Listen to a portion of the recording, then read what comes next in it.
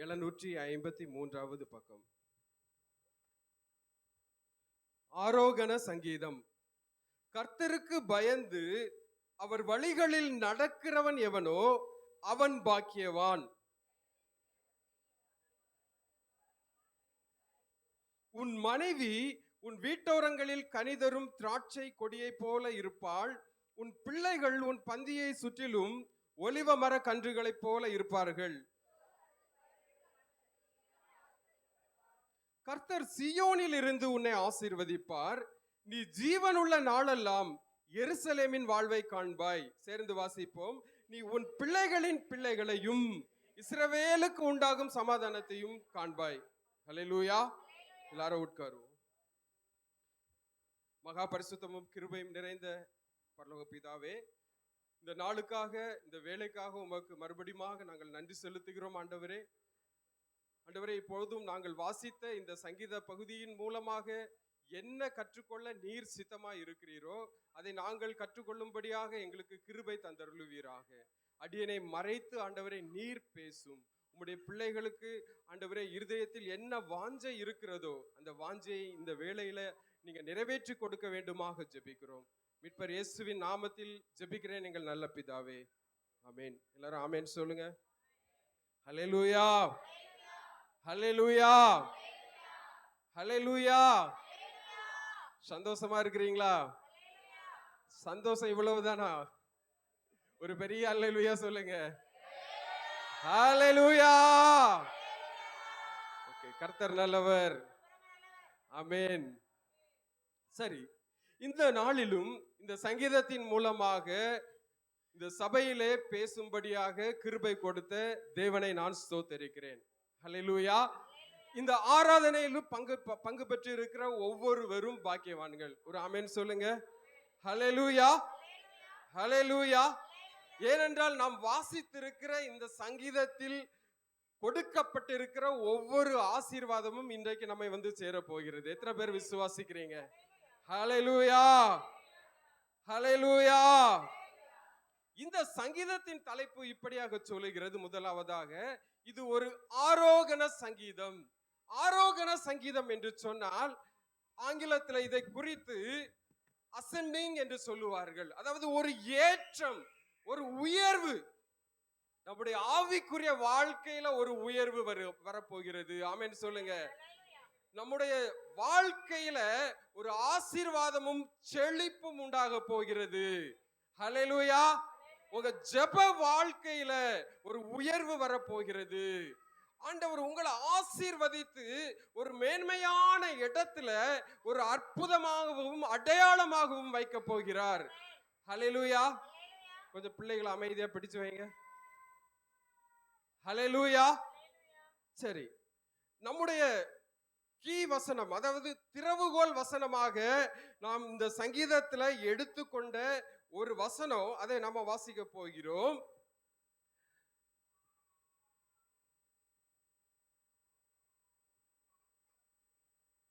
அதாவது 3வது வசனத்துல, உன் பிள்ளைகள் உன் பந்தியை சுற்றிலும் ஒலிவ மர கன்றுகளை போல இருப்பார்கள்.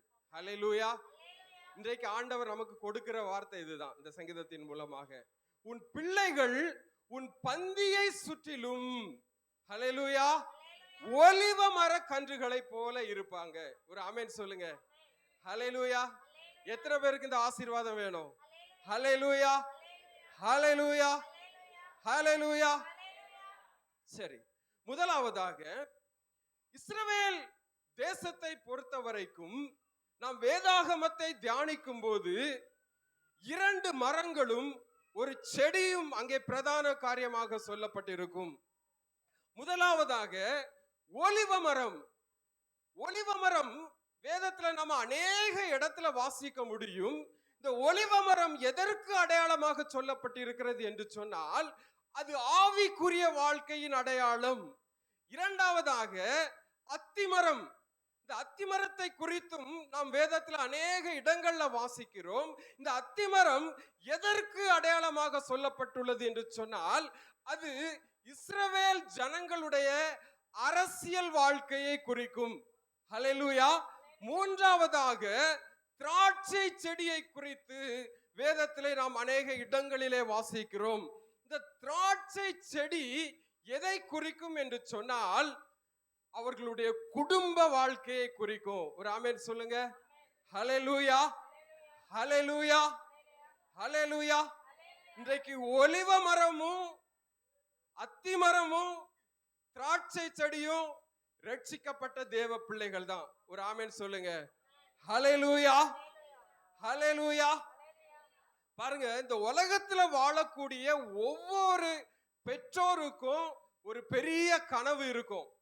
என்ன கனவு அப்படின்னு சொன்னா, நான் பட்ட கஷ்டத்தை என் பிள்ளைகள் இந்த உலகத்துல படக்கூடாது. நான் தான் படிக்காம போயிட்டேன், ஆனா என் பிள்ளைகள் நன்றாக படிக்க வேண்டும். நான் தான் சரியான வீட்டுல வாழல, என் பிள்ளைகளுக்கு நல்ல ஒரு பெரிய வீட்டை கட்டி கொடுத்து என் பிள்ளைகள் மேன்மையாக வாழ்ந்திருக்கணும். இப்படியெல்லாம் பிள்ளைகளை குறித்து பெற்றோர்கள் அதிகமாக ஒரு கரிசனை வைத்திருக்கிற இந்த உலகத்துல நாம வாழ்ந்து கொண்டிருக்கிறோம். ஒரு ஆமென் சொல்லுங்க. ஹல்லேலூயா, ஹல்லேலூயா. ஒரு சில பிள்ளைகள் கர்த்தருக்குள்ளாக வளர்க்கப்படும் போது அவர்கள் மெய்யாகவே எப்படி இருப்பார்கள் என்று சொன்னால் ஒலிவ மர கன்றுகளை போல இருப்பாங்க. ஹல்லேலூயா. இந்த ஒலிவ மரம் என்று சொன்னால் என்ன, இந்த ஒலிவ மர கன்றுகளுக்கு என்ன விசேஷம் என்பதை குறித்து இன்றைக்கு நாம் தியானிக்க இருக்கிறோம். ஹல்லேலூயா. முதலாவதாக ஒலிவ மரம் என்று சொன்னால் என்ன? ஒலிவ மரம் எதற்கு அடையாளமாக சொல்லப்பட்டுள்ளது? சகரியா 4வது அதிகாரம் 14வது வசனத்தை நீங்க வாசித்தால் அதில் சொல்லப்பட்டுள்ள காரியம் என்ன என்று பாருங்க. அப்பொழுது இவைகள் இரண்டும் சர்வலோகத்துக்கு ஆண்டவராய் இருக்கிறவரின் சமூகத்தில் நிற்கிற அபிஷேகம் பெற்றவர்கள். முதலாவதாக 11வது வசனத்துல இருந்து நாம வாசிப்போம். சகரியா 4வது அதிகாரம் 11வது வசனத்தை எடுத்துக்கொண்டவர்கள் என்னோடு சேர்ந்து வாசிங்க. பின்பு நான் அவரை நோக்கி, குத்து விளக்குக்கு வலதுபுறமாகவும் அதற்கு இடதுபுறமாகவும் இருக்கிற இந்த 2 ஒலிவ மரங்கள் என்ன என்று கேட்டேன். மறுபடியும் நான் அவரை நோக்கி, 2 பொற்குழாய்களின் வழியாய் தொங்கி பொன்னிறமான எண்ணெயை தங்களில் இருந்து இறங்க பண்ணுகிறவைகளாகிய ஒலிவ மரங்களின் 2 கிளைகள் என்னவென்று கேட்டேன். அதற்கு அவர் என்று சொன்னால் கர்த்தர். ஆண்டவர் என்ன சொல்றாரு பாருங்க. இவைகள் இன்னதென்று உனக்கு தெரியாதா என்றார். ஆண்டவனே, எனக்கு தெரியாது என்றேன். அப்போது ஆண்டவர் அங்கே சொன்ன பதில் தான் 14வது வசனம். அப்பொழுது அவர், இவைகள் இரண்டும் சர்வலோகத்துக்கும் ஆண்டவராய் இருக்கிறவரின் சமூகத்துல நிற்கிற அபிஷேகம் பெற்றவர்கள். ஒரு ஆமென் சொல்லுங்க. ஹல்லேலூயா. அப்ப ஒலிவ மரம் என்று சொன்னால் அபிஷேகம் பெற்றவர்கள். ஒரு ஹல்லேலூயா சொல்லுங்களேன். ஹல்லேலூயா, ஹல்லேலூயா, ஹல்லேலூயா. யாருடைய பிள்ளைகள் எல்லாம் இன்னைக்கு ஒலிவ மரத்தை போல, ஒலிவ மர கன்றுகளை போல இருக்கணும்னு ஆசைப்படுறீங்க? ஹல்லேலூயா, ஹல்லேலூயா. எல்லாரும் ஆசைப்படுறீங்களா? என் பிள்ளை ஒலிவ மர கன்றை போல இருக்கணும் அப்படின்னு சொல்லி. ஹல்லேலூயா, ஹல்லேலூயா. சரி, உங்க பிள்ளைகள் ஒலிவ மர கன்றுகளை போல இருக்கணும் அப்படின்னு சொன்னா நமக்கு என்ன தேவை அப்படின்னு சொன்னா, முதலாவதாக நாம ரட்சிப்புக்குள்ளாக வழி நடத்தப்பட்டு ஒரு அபிஷேகத்தை பற்றி ஒரு சாட்சி உள்ள வாழ்க்கையை வாழும் போது நம்முடைய பிள்ளைகளும் ஒலிவ மர கன்றுகளை போல இந்த தேசத்துல வளருவாங்க. ஹல்லேலூயா, ஹல்லேலூயா. இந்த உலகத்தை கலக்கின ஒரு பெரிய தேவ மனிதன் ஜான் வெஸ்லி என்று சொல்லக்கூடியவர். அவருடைய குடும்பத்துல பாத்தீங்கன்னா ஏறத்தாழ 19 பிள்ளைகள். இந்த ஜான் வெஸ்லியின் தாயார் என்ன பண்ணுவாங்களாம், ஒவ்வொரு நாளும் என்ன செய்வாங்களாம், கண்ணீரோடும் அழுகையோடும் உபவாசத்தோடும் ராத்திரி அந்த பிள்ளைகளை படுக்க வைத்த பின்பு தலை மேல கைய வச்சு, ஆண்டவரே என் பிள்ளைய ஒரு ஊழியக்காரனாக மாற்றும், என் பிள்ளைய ரட்சியும் ஆண்டவரே, என் பிள்ளையுடைய வாழ்க்கைய ஆசீர்வதியும் ஆண்டவரே என்று சொல்லி ஒவ்வொரு நாளும் ஜெபம் பண்ணுவாங்களாம். அந்த தாயாருக்கு இருந்த ஒரு பழக்கம் என்ன அப்படின்னு சொன்னா, அவர்கள் மிஷனரியாக போகக்கூடிய ஒவ்வொரு மிஷனரிகளுடைய வாழ்க்கை வரலாறை குறித்து அதிகமாக படிப்பார்கள். கவனிக்கிறீங்களா? ஹல்லேலூயா. சரி, இப்படி அந்த மிஷனரிகளுடைய வாழ்க்கை குறித்து அவர்கள் வாசிக்க வாசிக்க அவர்களுக்குள்ளாக ஒரு தாகம் ஏற்பட்டது. என் பிள்ளைகளும் இதை போல ஆண்டவருக்கு மிஷனரிகளாக பணி செய்ய தேசம் முழுக்க உலகம் முழுக்க புறப்பட்டு போக வேண்டும் என்கிற வாஞ்சை அந்த தாயாருடைய இருதயத்தில் இருந்தது. ஹல்லேலூயா, ஹல்லேலூயா. அப்படி அவர்கள் ஒவ்வொரு நாளும் அந்த பிள்ளைகளுக்காக ஜெபித்ததின் விளைவை பாருங்க. ஆண்டவர் இந்த ஜான் வெஸ்லிய, மெத்தடிஸ்ட் சபைகளை நிறுவின அந்த ஜான் வெஸ்லிய உலகத்தையே கலக்கக்கூடிய ஒரு பெரிய மகனாக எழுப்பினார். ஹல்லேலூயா. இன்னும் அவருடைய தம்பியை பார்த்தீங்கன்னா, இன்றைக்கும் ஆங்கிலத்துல பாடக்கூடிய அநேக பாடல்கள், ஆராதனை பாடல்கள் எழுதக்கூடிய ஒரு பெரிய ஊழியக்காரனாக எழுப்பினார். அந்த தாயாருடைய ஜெபம் அந்த வீட்டுல 2 ஊழியக்காரர்களை எழுப்பிற்று. ஹல்லேலூயா. அப்போ பிள்ளைகளுடைய வாழ்வை குறித்த ஒரு கரிசனை, என் பிள்ளை இப்படி வாழணும், என் பிள்ளை ஊழியக்காரனா மாறணும், என் பிள்ளை தேசத்தை கலக்கணும் அப்படிங்கிற ஒரு வாஞ்சை உங்களுக்குள்ள இருக்குமானால், உங்க ஜெபம், ஒரு தகப்பனுடைய ஜெபம், ஒரு தாயுடைய ஜெபம், ஒரு தாயுடைய உபவாசம், ஒரு தாயுடைய கண்ணீர் அந்த பிள்ளைகளுக்கு தேவ சமூகத்துல தேவையா இருக்கிறது. ஹல்லேலூயா, ஹல்லேலூயா. உங்க கண்ணீரையும் ஜெபத்தையும் வேண்டுதலையும் ஆண்டவர் நினைவு கூறுகிறவர். அவர் மறந்து போகிறவர் அல்ல. ஹல்லேலூயா. அவர் நினைவு கூர்ந்து உங்க ஜெபத்துக்கு ஒரு நாள் பதில் கொடுத்து உங்க பிள்ளைகளை அந்த தேசத்துல ஒலிவ மர கன்றுகளை போல ஒரு நாள் உயர்த்துவார். அதை உங்க கண்கள் காணும், உங்கள் சொந்த கண்கள் காணும். உங்கள் பிள்ளைகள் வாழ்ந்திருப்பார்கள், உங்கள் பிள்ளைகள் செழித்திருப்பார்கள். இன்னும் ஒரு ஆமேனை கூட காணும். ஹல்லேலூயா, ஹல்லேலூயா, ஹல்லேலூயா.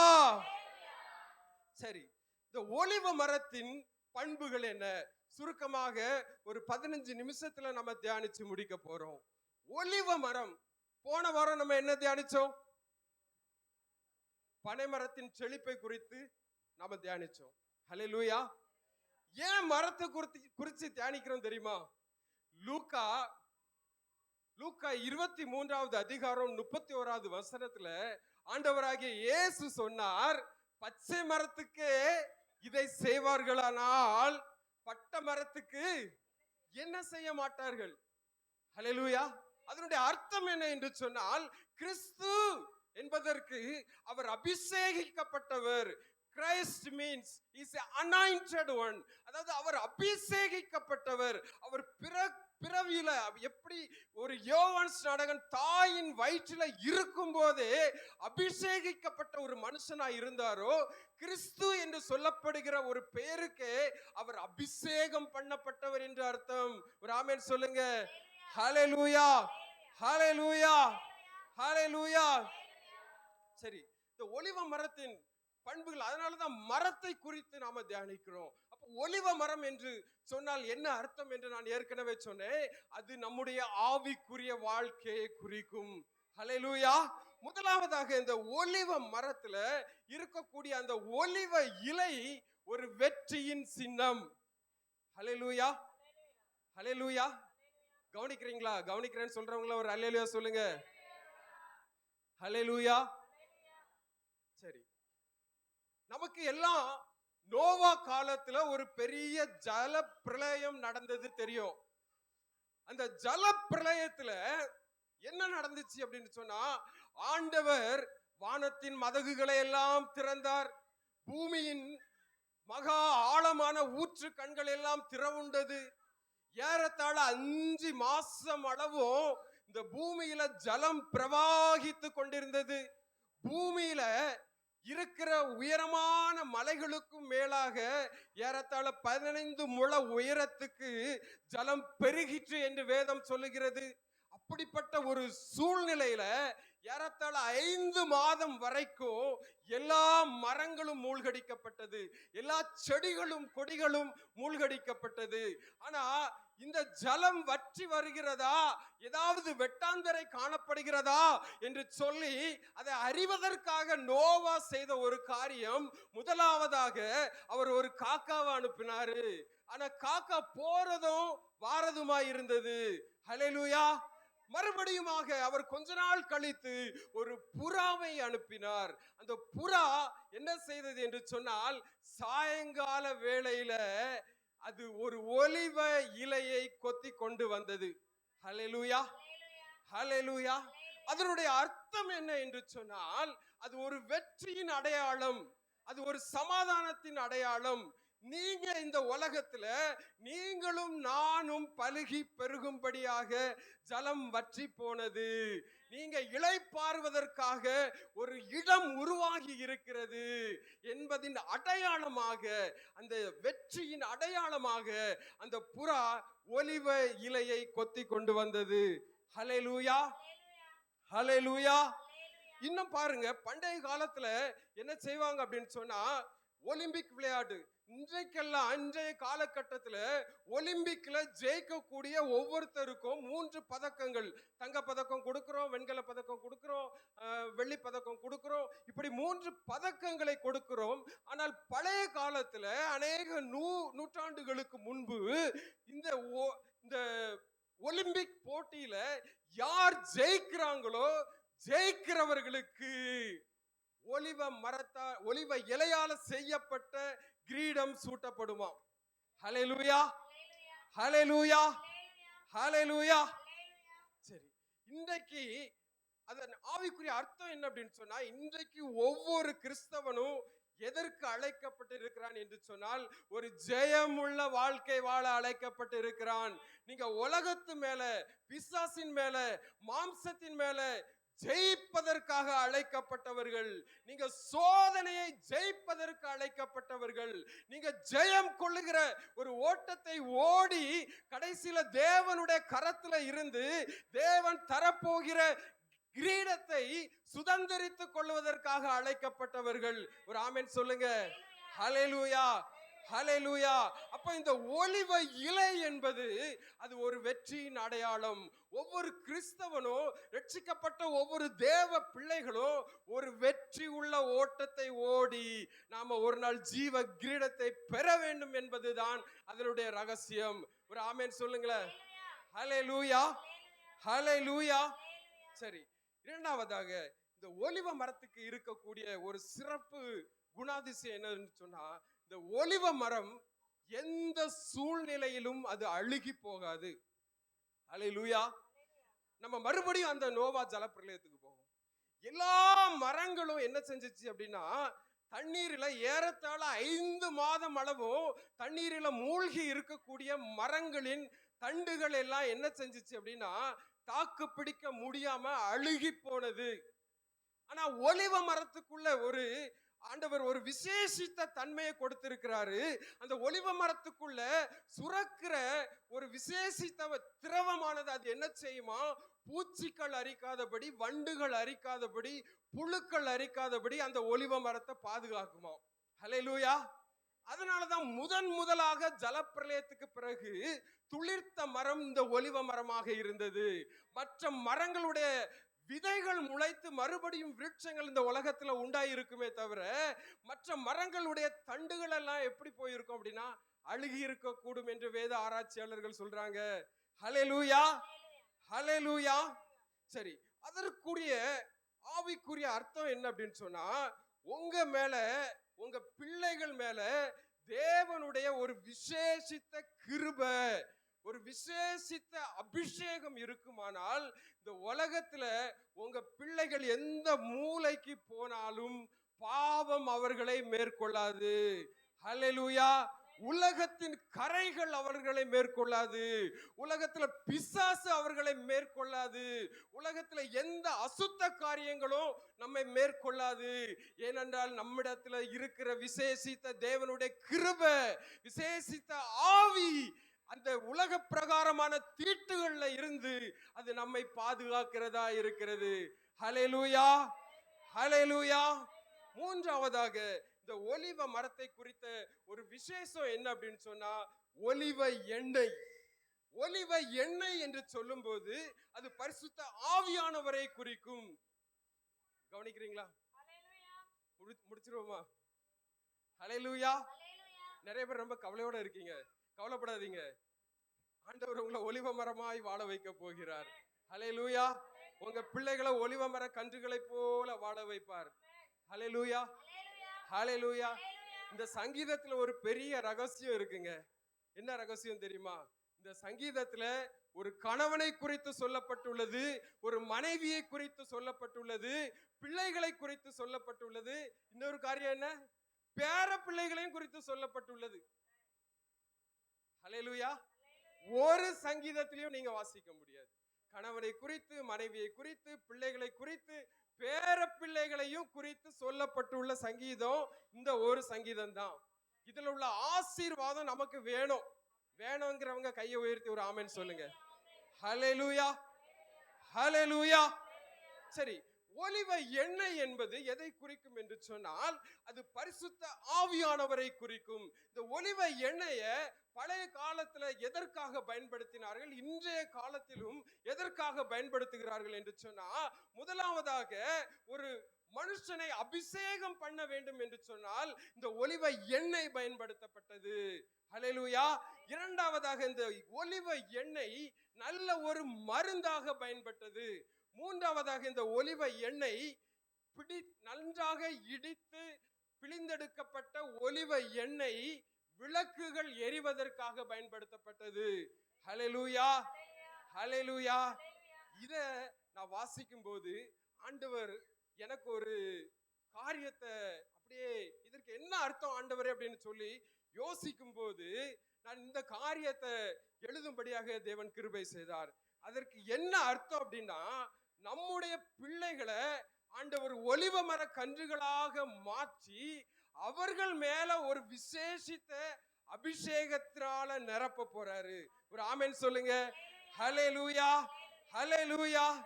நம்முடைய பிள்ளைகள் பெரிய ஊழியக்காரர்களாக மாறி யார் தலையில ஜெபம் பண்ணி கை வைக்கிறார்களோ அவர்கள் அபிஷேகத்தை பெறுவாங்க. ஒரு ஆமென் சொல்லுங்க. ஆதி அப்போஸ்தலர் காலத்துல அவர்கள் கைகளை வைத்த போது பரிசுத்த ஆவியை பெற்றுக் கொண்டார்கள் என்று எழுதப்பட்டிருக்கிறது. இன்றைக்கு உங்க பிள்ளைகள் ஒலிவ மர கன்றாக ஒரு ஊழியக்காரனாக மாறி ஒரு விசேஷித்த அபிஷேகத்தினால் நிரப்பப்படும் போது அவர்கள் ஜெபித்து யார் மேல கையை வைக்கிறாங்களோ அவர்கள் பரிசுத்த ஆவியை பெற்றுக் கொள்ளும்படி தேவன் கிருபை செய்வார். ஹல்லேலூயா, ஹல்லேலூயா. இரண்டாவதாக அது நல்ல மருந்தாக பயன்படுகிறது என்று சொன்னது எதற்கு அடையாளம் என்று சொன்னா, உங்க பிள்ளைகள் கைகளை வைத்து ஜெபிக்கும் போது அபிஷேகத்தை மாத்திரமல்ல, எந்த வியாதியஸ்தர் மேல உங்க பிள்ளைகள் ஜெபம் பண்ணி கைகளை வைத்து ஜெபிக்கிறார்களோ அவர்களுடைய வியாதி மாறும். ஒரு ஆமென் சொல்லுங்க. ஹல்லேலூயா. உங்க விசுவாசத்தின்படி ஆக கடவுது. ஹல்லேலூயா. சரி, மூன்றாவதாக அந்த ஒலிவ எண்ணெய் விளக்கு எரிப்பதற்காக பயன்பட்டது. உங்க பிள்ளைகள் மூன்றாவதாக இந்த பாவ இருள் நிறைந்த இந்த உலகத்துல எந்த இடத்துக்கெல்லாம் சுவிசேஷ ஒளிய சுமந்து செல்கிறார்களோ அவர்கள் மலை மேல் உள்ள பட்டணங்களைப் போல பிரகாசிப்பார்கள். ஹல்லேலூயா, ஹல்லேலூயா, ஹல்லேலூயா. உங்க பிள்ளைகளிடத்தில் இருந்து உதிக்கிற ஒளியின் இடத்திற்கு பிரபுக்களும் ராஜாக்களும் நடந்து வருவார்கள். விசுவாசிக்கிறவங்க ஒரு ஆமென் சொல்லுங்க. ஹல்லேலூயா, ஹல்லேலூயா. அதுதான் இந்த விசேஷித்த ஒரு குணாதிசயம். ஒலிவ மரத்துக்கு இருக்கக்கூடிய ஒரு விசேஷித்த ஒரு குணாதிசயம். ஹல்லேலூயா. நாலாவதாக கடைசியாக முடிக்க போறேன். நம்ம எலிசா ஊழியக்காரர் செய்தி கொடுக்கறதுக்கு ரொம்ப ஆர்வமா இருக்கிறாரு. நாலாவதாக ஒரு காரியத்தை நான் சொல்லி முடிக்க போகிறேன். ஒலிவ மரம் நீண்ட ஆயுள் உள்ளது, அது அழிவே இல்லாதது. ஹல்லேலூயா. ஒலிவ மரம் நீண்ட ஆயுள் உள்ளது. இன்றைக்கும் வேதத்தை ஆராய்ச்சி ஆராய்ச்சி பண்ணுகிற வேத ஆராய்ச்சியாளர்கள் சொல்றாங்க, ஆண்டவராகிய இயேசு கிறிஸ்து எந்த ஒலிவ மரத்துக்கு கீழே இருந்து ஜெபம் பண்ணினாரோ அதே ஒலிவ மரங்கள் இன்றைக்கும் இருக்கிறதாம். அப்போ ஏறத்தாழ இந்த ஒலிவ மரங்கள் சராசரியாக ஆயிரக்கணக்கான வருஷங்கள் உயிர் வாழக்கூடியது. ஹல்லேலூயா, ஹல்லேலூயா. இந்த ஒலிவ மரங்களுக்கு இருக்கக்கூடிய இன்னொரு விசேஷித்த குணம் என்ன அப்படின்னு சொன்னா, ஒரு குறிப்பிட்ட மரம் 1000 வருஷம் 2000 வருஷம் வாழ்ந்த பிறகு அதை நம்ம வெட்டும் போது, அதை நம்ம வெட்டி எரித்தால் கூட அதனுடைய வேர், பூமிக்கு அடியில இருக்கக்கூடிய அந்த ஒலிவ மரத்தின் வேர் மறுபடியும் அது உயிரோடு கூட துளிர்க்குமாம். ஹல்லேலூயா. அப்ப இந்த ஒலிவ மரத்தை இந்த உலகத்துல யார் அழிக்க நினைத்தாலும் அழிக்க முடியாது. ஹல்லேலூயா, ஹல்லேலூயா. ஒரு ஆமென் சொல்லுங்க. ஹல்லேலூயா. சரி, அப்போ விசேஷமாக ஆண்டவர் இதன் மூலமாக நமக்கு வெளிப்படுத்துகிற காரியம் என்ன அப்படின்னு சொன்னா, உங்க சந்ததி, அதாவது இதன் மூலமாக நான் அறிந்து கொண்ட அர்த்தம், ஆவிக்குரிய அர்த்தம் என்னன்னு சொன்னா, நம்முடைய சந்ததி என்றென்றைக்கும் இந்த உலகத்துல நிலைச்சிருக்கும். ஹல்லேலூயா. ஆவிக்குரிய மலடு இந்த உலகத்துல எனக்கு பிள்ளை இல்லை அப்படின்னு சொல்லி இயேசுவை ஏற்றுக்கொண்ட எந்த கணவனும் மனைவியும் வந்து நிற்க மாட்டாங்க. ஹல்லேலூயா, ஹல்லேலூயா. ஆபிரகாமுக்கும் சாராளுக்கும் குழந்தை பிறக்கிறதுக்கான எந்த ஒரு தகுதியும் இல்லாத நேரத்துல கூட அவர்களுடைய கற்பத்தை ஆண்டவர் உயிர்ப்பித்து ஒரு குமாரனை கொடுக்க வல்லமை உள்ள தேவனாய் இருப்பார் என்று சொன்னால், இன்றைக்கு அவரை விசுவாசித்து வருகிற எந்த ஒரு தேவ பிள்ளைகளுக்கும் குழந்தை இல்லை அப்படின்னு சொல்லக்கூடிய ஒரு வாய்ப்பு வரவே வராது. ஒரு ஆமென் சொல்லுங்க. உங்க சந்ததி, உங்க சந்ததியின் சந்ததி 1000 தலைமுறைகள் மட்டும் தேவன் நமக்கு இரக்கம் செய்கிறவராய் இருக்கிறார். உங்க சந்ததி 1000 தலைமுறைகளுக்கு மேலாக அது வாழ்ந்திருக்கும். ஒரு ஆமென் சொல்லுங்க. ஹல்லேலூயா, ஹல்லேலூயா. ஒருவேளை நம்ம இந்த பூமியில ஓடுகிற ஓட்டத்தை ஓடி முடிச்சாலும் நமக்கு நித்திய வாழ்வு பரலோகத்துல உண்டு. இந்த ஒலிவ மரத்துக்கு அழிவு கிடையாது. ஹல்லேலூயா. நான் சொல்லுங்க, கையை வைத்து சொல்லுங்க, நான் ஒரு ஒலிவ மரத்தை போல இருக்கிறேன். என் பிள்ளைகள் என் பந்திய சுற்றிலும் ஒலிவ மர கன்றுகளை போல இருக்கிறாங்க. ஹல்லேலூயா. கடைசியாக ஒரே ஒரு காரியத்தை சொல்றேன். உன் பந்திய சுற்றிலும், உன் பந்திய சுற்றிலும் உன்னுடைய பிள்ளைகள் ஒலிவ மர கன்றுகளை போல இருப்பாங்க. மேலை நாடுகள்ல இருக்கக்கூடிய ஒரு விசேஷம் என்னன்னு சொன்னா, அவர்களுடைய வீடுகள்ல எல்லாமே டைனிங் டேபிள் இருக்கும். டைனிங் டேபிள் இல்லாத வீடே கிடையாது. அவங்க ஒரு குறிப்பிட்ட நேரத்துல சாப்பிட போறாங்க அப்படின்னு சொன்னா, பிள்ளையானாலும் கணவனானாலும் மனைவியானாலும் யார் எங்க போயிருந்தாலும் அந்த குறிப்பிட்ட நேரத்துல சாப்பிடுவதற்கு டைனிங் டேபிளுக்கு வந்துருவாங்களாம். ஹல்லேலூயா. அவங்க என்ன செய்வாங்க அப்படின்னா, அந்த பந்தி இருக்கும்போது அந்த டைனிங் டேபிள்ல சாப்பிடும்போது அவர்கள் குடும்பமாக அமர்ந்து என்ன சமைத்திருக்கிறார்களோ அதை ஒருத்தருக்கு ஒருத்தர் பகிர்ந்து கொடுத்து தங்கள் அன்பை வெளிப்படுத்தி அவர்கள் மொத்தமாக குடும்பமாக சாப்பிடுவார்கள். ஹல்லேலூயா, ஹல்லேலூயா. அப்போ ஒரு பெரிய குடும்பத்தை கற்பனை பண்ணி பாருங்க. ஒரு தகப்பன், அவனுடைய பிள்ளை, அவனுடைய பிள்ளைகளின் பிள்ளைகள், அப்படி இந்த 3 தலைமுறைகளும் மொத்தமா ஒரு 50 பேரு ஒரு டைனிங் டேபிள்ல உட்கார்ந்து சாப்பிடும்போது அவங்க ஜெபம் பண்ணுவாங்க. எப்படி ஜெபம் பண்ணுவாங்க? ஆண்டவரே, என் குடும்பத்தை ஒரு ஒலிவ மரம் போலவும் என் பிள்ளைகளை ஒலிவ மர கன்றுகளை போலவும் வைத்திருப்பதற்காக உமக்கு நன்றி, நீர் கொடுத்த ஆகாரத்துக்காக நன்றி, இப்படி சொல்லி ஜெபம் பண்ணி நீங்க சாப்பிடும்போது அந்த குடும்பத்துல ஒரு மெய்யான ஆசீர்வாதம் கடந்து வரும். அதை பார்க்கிற உங்க பிள்ளைகளும் அபிஷேகம் பெற்ற நீங்க எப்படி ஒரு ஒலிவ மரத்தை போல இருக்கிறீங்களோ, உங்க பிள்ளைகளும் மெய்யாகவே ஒலிவ மர கன்றுகளாக வெளியில போய் கொளுத்த கன்றுகளை போல இருப்பார்கள். ஒரு ஆமென் சொல்லுங்க.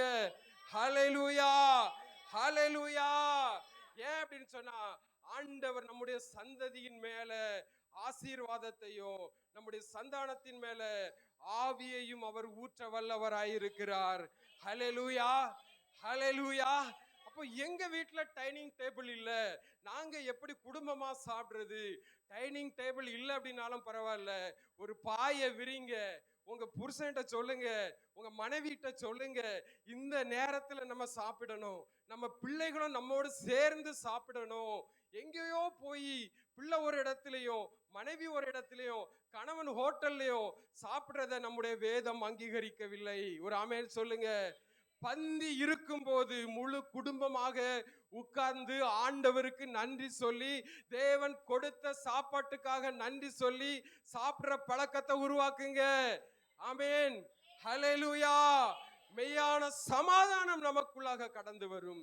தேவன் இந்த வேதத்துல எழுதி கொடுத்திருக்கிற ஒவ்வொரு வாக்கு தத்தங்களையும் நாம் சுதந்திரித்துக் கொள்ள முடியும். அதுதான் இந்த ஒலிவ மரத்தின் ரகசியம், ஒலிவ மர கன்றின் ரகசியம். மறுபடியும் அந்த வசனத்தை நாம் வாசித்து முடிக்க போகிறோம். உன் மனைவி உன் வீட்டோரங்களில் கனிதரும் திராட்சை கொடியை போல் இருப்பாள். உன் பிள்ளைகள், கையை தூக்கி சொல்லுங்க, என் பிள்ளைகள் என் பந்தியை சுற்றிலும் ஒலிவ மர கன்றுகளை போல இருப்பார்கள். மறுபடியும் எல்லாரும் சொல்லுங்களேன், என் பிள்ளைகள் என் பந்தியை சுற்றிலும் ஒலிவ மர கன்றுகளை போல இருப்பார்கள். கர்த்தர் நம்மை ஆசீர்வதிப்பாராக.